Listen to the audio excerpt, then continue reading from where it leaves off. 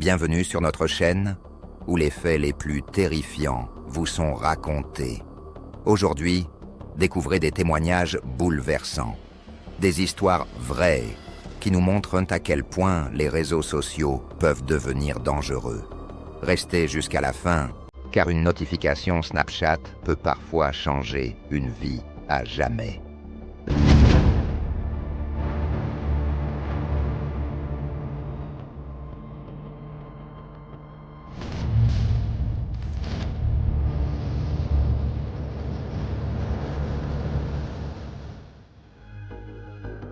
Après ce témoignage, il n'aurait jamais cru avoir peur de son téléphone.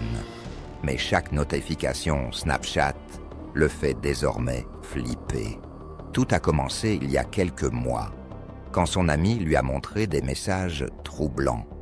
Il traînait dans sa chambre, après les cours, quand son copain est devenu très silencieux. L'écran affichait un snap d'un certain utilisateur mystérieux. C'était une vidéo d'un gamin se faisant frapper au visage, puis roué de coups au sol. La légende disait « Qui sera le prochain ?» Ça lui a retourné l'estomac. Quand il a demandé à Preston qui c'était, celui-ci a haussé les épaules, mais il voyait qu'il flippait. Il lui a dit qu'il s'appelait les Gilbert Goons et venait de leur école et d'autres du coin. Apparemment, il blesse les gens juste pour s'amuser. Si vous aimez ce type de contenu troublant, abonnez-vous maintenant à Flippantes Histoires. Cliquez sur la cloche pour ne manquer aucune de nos vidéos flippantes. Dans les semaines qui ont suivi, il a continué à recevoir ce genre de snaps. Parfois, c'était des vidéos de bagarres, d'autres fois des photos de poings américains ou d'armes avec des légendes flippantes. Il ne pouvait rien faire, sinon il se faisait tabasser. Alors, ils ont fait comme si de rien n'était. Une semaine avant Halloween, ils ont vu une story pour une fête avec boisson gratuite. Alors, son pote et lui y sont allés. Il l'a récupéré dans sa vieille Corolla, lui en basketteur, lui avec un costume de vampire pas cher. La fête était dingue quand ils sont arrivés.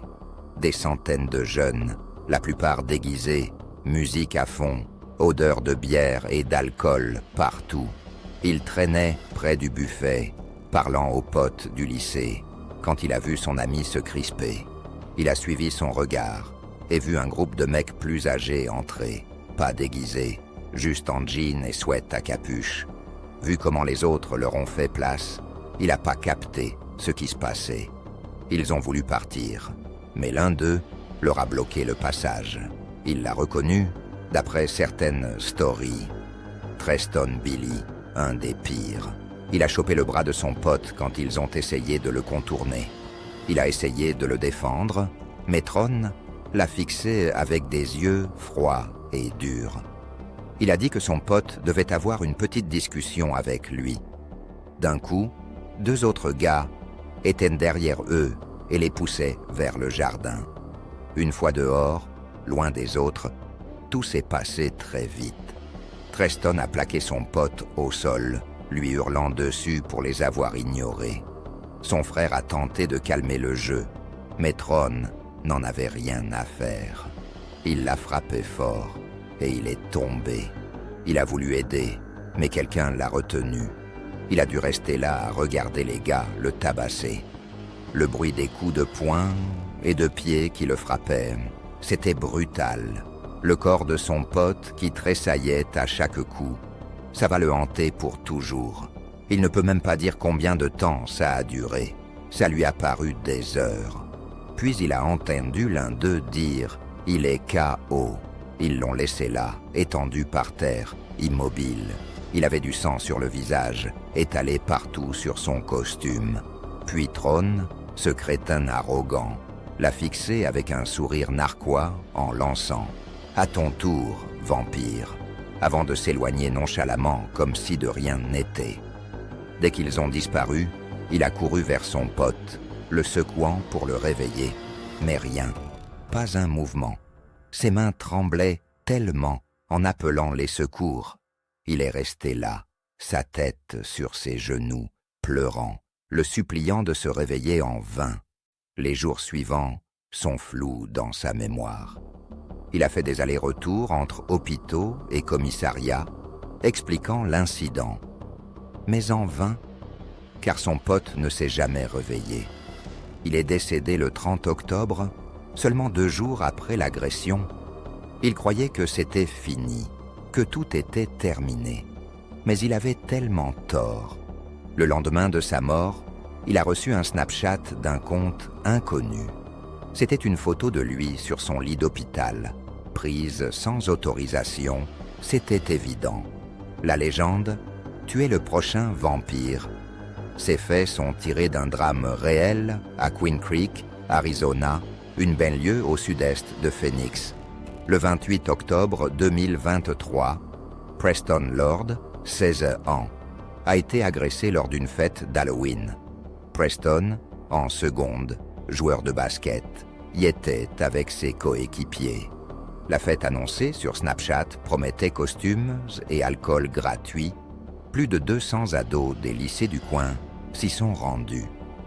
Pendant la soirée, Preston et ses potes ont été confrontés à un groupe de gars plus âgés.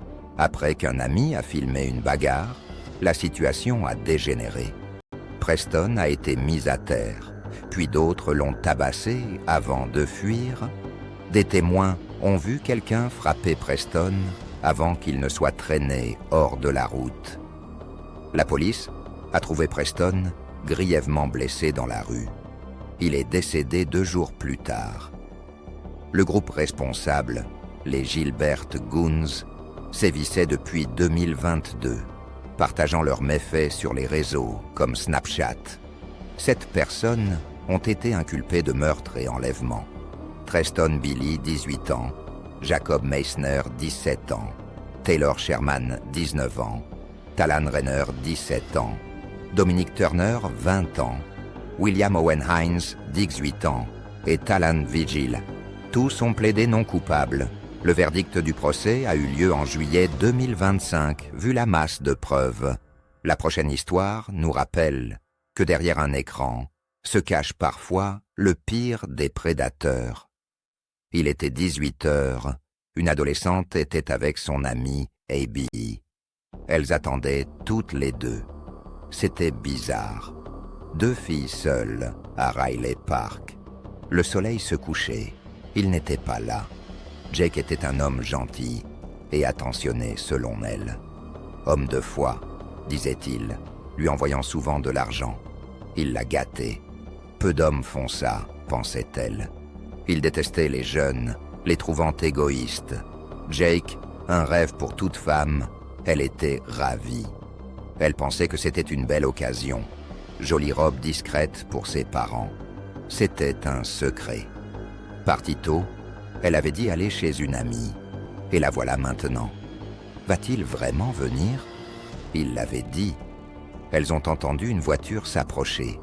C'était une vieille bagnole. Elle ne savait pas du tout quel modèle c'était. Jake est sorti en jean, blouson bleu et casquette. Jake avait 45 ans, et dès le début, un truc clochait.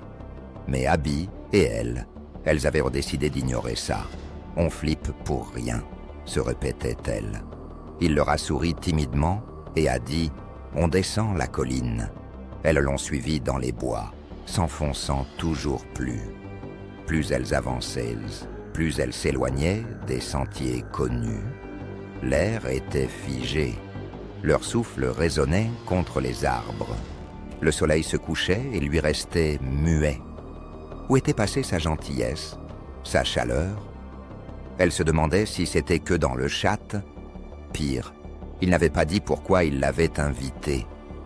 Jake a parlé bas, mais son ton était menaçant. Il a dit des trucs bizarres sur le coin et des rituels. Dans ce parc, les gens font des rituels où ils tuent et mangent des gens. Son cœur s'est emballé. C'est quoi cette blague?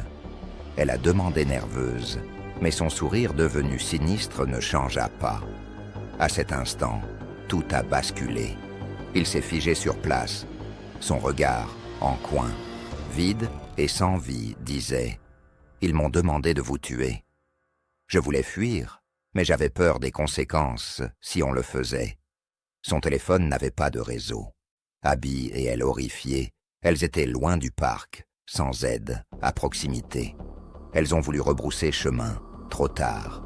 Il a bondi sur Abby, l'a saisie et plaqué au sol. Il l'étranglait de ses mains nues. Elle luttait par terre. Les yeux d'Abby se revulsèrent. Elle suffoquait. Il a sorti un couteau et l'a poignardée à la gorge. Il avait un visage enragé. Tout s'est passé si vite qu'elle n'a pas eu le temps de réagir. Elle était choquée et terrifiée. Il l'a fixée avec un regard maléfique. C'est là qu'elle a repris ses esprits. Elle a couru à toute vitesse, n'entendant que ses pas derrière elle. Elle se tordait et hurlait pendant qu'il la poursuivait. Elle avait l'impression qu'il allait l'attraper à tout moment. La peur la faisait trébucher, l'écorchant sur les buissons. Elle était presque sortie, mais il l'a rattrapée. Excité, il a dit « Ils seront ravis de t'avoir ». De qui parlait-il? Elle criait, espérant que quelqu'un l'entende. Soudain, des gens se sont approchés. Soulagée brièvement, elle a vu l'un d'eux porter un habit sur ses épaules. Elle a juste entendu « Ne tue pas l'autre, à quoi bon le sacrifice ?» Elle a perdu connaissance. Elle ne comprenait rien. À son réveil, elle était ligotée en pleine forêt, allongée sur une table, mains liées, entourée d'eux. Tant d'hommes. L'un la léchait les jambes. Une secte, celle qui avait massacré Abby. Elle a tenté de fuir en vain. Ils l'ont poignardée. Impossible de crier. Bouche bâillonnée. Coups de couteau partout. L'un sort une scie. La douleur était atroce. Elle sombrait dans l'inconscience. Soudain, la douleur s'est évanouie. C'était apaisant. Elle se croyait morte, mais non. Il l'avait amputée et recousue. Sa vie serait ainsi désormais. Cette histoire s'inspire d'un fait réel survenu à Delphi, Indiana. Un homme de 24 ans a été arrêté pour avoir attiré 2 adolescentes via Snapchat. L'incident s'est produit près du Monon High Bridge Trail, le lieu même du meurtre de Libby German et Abby Williams en 2017. La police a reçu un appel concernant un homme qui prétendait croire que les filles avaient 19 ans. À leur arrivée, les policiers l'ont trouvé fumant du cannabis avec les filles dans un boisé. Quant à Libby et Abby, elles ont été retrouvées mortes après une randonnée en février 2017. Libby avait posté sur Snapchat une photo d'un homme mystérieux, surnommé Bridge Guy. Richard Allen, arrêté en 2022 pour ses meurtres, a vu son procès reporté. Ses avocats évoquent un sacrifice rituel par une secte, compliquant l'affaire. Pour notre dernière histoire, c'est fou comme un instant peut tout changer. Un message, une nuit, un choix. Il aurait dû sentir que quelque chose clochait. Mais comment voir le monstre en son ami? Il croyait que Max était comme eux tous, normal, jusqu'à cette nuit-là. Il connaissait Max depuis le collège. Ils n'étaient pas meilleurs potes, mais ils traînaient ensemble. Jimmy et lui, par contre, ils étaient proches. Ils traînaient après les cours, parlant de tout et de rien. Des filles, rien de sérieux. Mais Max, récemment, il semblait bizarre. Ça a commencé par des petits trucs. Max devenait muet quand Jimmy était là. Il pensait qu'il avait ses soucis, tu sais, des drames d'ado. Il n'y avait pas trop fait attention au début. Il jouait à GTA V sur sa PES. C'est là que son téléphone a vibré. Quand il a reçu ce message, il n'a pas hésité. Max et Jimmy étaient ses potes depuis des années. Ils avaient leur moment, mais ça c'était juste une soirée banale. Traîner, rigoler et jouer aux jeux vidéo, pensait-il. Max avait toujours été un peu différent, plus intense. Mais c'était juste Max, non? Il a retrouvé Jimmy et ils se sont dirigés vers Max. Tu crois que Max est sérieux pour sa surprise? Il bluffe toujours, blaguait Jimmy. C'était sa nature. Il riait de tout, balayait toute tension d'un revers. Mais même lui ne pouvait cacher le malaise récent entre Max et eux. Avec le recul, il croit que Jimmy sentait un truc qu'il ignorait. Vous voilà enfin, prêt pour un truc inoubliable. En entrant, il a senti un poids. L'ambiance était lourde. Max parlait peu, et Jimmy, d'habitude si jovial, fixait son téléphone. Ça ne ressemblait pas à une soirée entre potes. Il avait le pressentiment que ça allait mal tourner. Jimmy tentait de normaliser, mais Max restait muet. Il pensait qu'il y avait un truc entre lui et Jimmy à propos d'Alexa. Mais il ignorait les détails. Pas à ce moment-là. Jouons à un jeu. Le jeu, c'est que je te tue. En disant ça, il braquait Jimmy. Quand il a vu ça, il a figé. Le temps semblait s'arrêter. Il se disait, c'est une blague, hein? Ça peut pas être vrai. Puis il a vu le visage de Max. Il ne plaisantait pas du tout. La voix de Max était bizarre, distante comme absent. Et eux, ils n'avaient rien vu venir. Ils n'avaient rien vu. Mon Dieu, j'ai rien vu. Tu trouves ça drôle? Toujours à te croire supérieur. Il n'avait pas capté tout de suite, mais ses yeux avaient changé en disant ça. Max, c'est quoi ce délire? C'est pas drôle. De quoi tu parles? Tu crois pouvoir me la voler? C'était un cauchemar éveillé. Max lui a tiré dessus comme ça. Pas de cris, pas de dispute, rien. Il a juste appuyé sur la gâchette. Il était paralysé. Il voulait croire à une blague, que Jimmy sortirait de là en riant. Mais non, il ne pouvait pas. Le silence envahit la pièce. Jimmy, qui riait avec eux il y a peu, gisait là immobile. Son cerveau n'arrivait pas à comprendre ce qui venait de se passer. Et puis Max a fait quelque chose d'encore pire. Il n'a pas fui, n'a pas paniqué.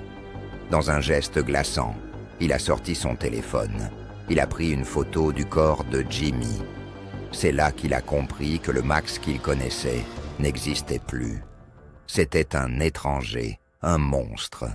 Il pensait ne plus jamais le revoir. Mais si, au procès, impassible face à la vidéo qu'il avait postée, comme si c'était un spectacle. Jimmy n'est plus, Max non plus. Et lui, il reste avec ses souvenirs et ses cauchemars. Chaque notification Snapchat le rend malade. Il ne peut pas effacer ce qu'il a vu. Il ne peut pas oublier ce que Max est devenu. On croit connaître ses amis. On pense pouvoir leur faire confiance.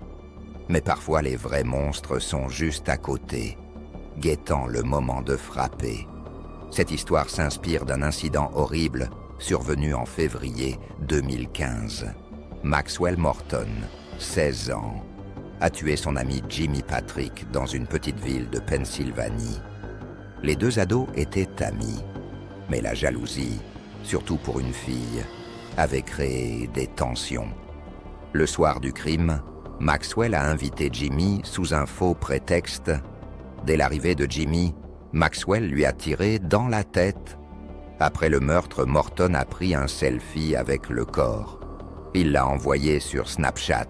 Un destinataire choqué a sauvé la photo et alerté la police. Cela a mené à son arrestation. Il a été reconnu coupable de meurtre au 3e degré. Dites-nous en commentaire, que pensez-vous des dangers de Snapchat? Avez-vous déjà vécu une expérience troublante sur les réseaux sociaux? Merci d'avoir regardé Flippantes Histoires. À bientôt pour une nouvelle vidéo qui vous fera frissonner.